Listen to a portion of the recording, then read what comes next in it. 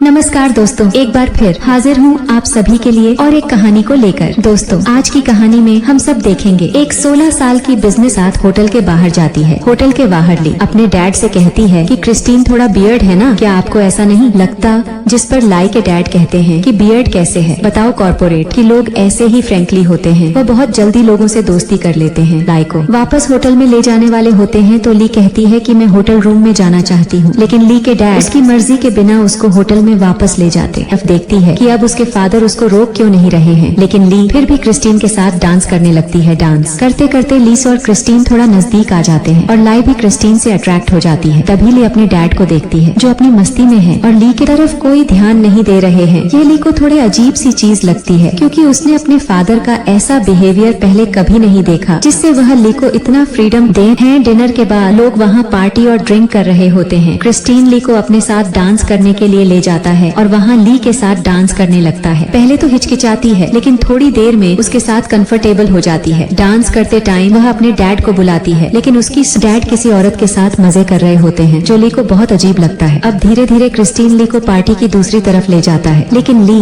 बार बार अपने फादर की तरह ली दोनों तरफ से कंफ्यूजन होती है। वह चुपचाप क्रिस्टीन के साथ चली जाती है तो इसीलिए क्रिस्टीन लाई को अपने कमरे में ले जाता है और ड्रिंक करने के लिए लाई को वोडका देता है। ली खिड़की के पास खड़े होकर ड्रिंक कर रही होती है। तभी क्रिस्टीन पीछे से आकर ली के नेक पर किस करने लगता है और तभी दोनों यहाँ पर इंटीमेट हो जाते हैं। इंटीमेट होने के बाद क्रिस्टीन वहाँ से उठकर चला जाता है और ली अकेले ही बैठी रह जाती है। लाई को कुछ समझ नहीं आया। तभी क्रिस्टीन डांस करते करते ली को किस करने लगता है लेकिन फिर भी ली अपने फादर की तरफ देख रही होती है और डैड भी उसे देख रहे होते हैं लेकिन वहाँ से चले जाते हैं। ऐसा लग रहा था कि उसकी डैड जानबूझकर चाहते थे कि वह और क्रिस्टीन क्लोज हो जाए। अपने डैड का यह बिहेवियर कुछ समझ में नहीं आया। तभी क्रिस्टीन ली से कहता है यहाँ से बाहर चले क्या? तो ली कहती है हाँ। क्रिस्टीन ली का हाथ पकड़कर ली को बाहर ले जाता लग जाती है और उसे समझ आ जाता है कि उसके डैड को कॉन्ट्रैक्ट मिल चुका है, लेकिन वह इस बात पर कंफ्यूज हो जाती है कि कैसे मेरे और क्रिस्टीन के रोमांटिक होने पर अचानक से डील मिल गई। तभी अचानक से उसे धक्का लगता है और वह अपने विचारों से बाहर आ जाती है। तो फिर वह अपने फादर के पास जाती है और इन लोगों के सेलिब्रेशन के बीच में जाकर अपने लिए भी एक वाइन के गिलास मांगती है। तभी लाई के फादर ली के काम में बताते हैं उनको डील मिल गई है कि वह बिन बात की उठकर कहाँ चला गया। ली वापस पार्टी हॉल में जाती है जहाँ पर लोग अभी भी पार्टी कर रहे होते हैं, इसलिए पार्टी में अपने डैड को ढूंढती है। तभी थोड़ी देर और ढूंढने के बाद ली देखती है कि उसके डैड क्रिस्टिन से बात कर रहे थे और अब क्रिस्टिन और उसके डैड काफी खुश लग रहे थे जो कि थोड़ी देर पहले आर्गुमेंट पर उतर आए थे। और अभी जैसे ये दोनों किसी चीज का सेलिब्रेशन कर रहे हो तभी ली सोचने अपने फादर को झटक के क्रिस्टीन के पास जाती है और सबके सामने क्रिस्टीन को किस कर देती है। तभी उसके डैड ली को क्रिस्टीन से अलग करते हैं और क्रिस्टीन भी खड़ा खड़ा देख रहा होता है कि अपने फादर से हाथ छुड़ाकर वहाँ से बाहर चली जाती है। उसके फादर सबको एक्सक्यूज कहता है और ली के पीछे जाते हैं। ली बाहर जाकर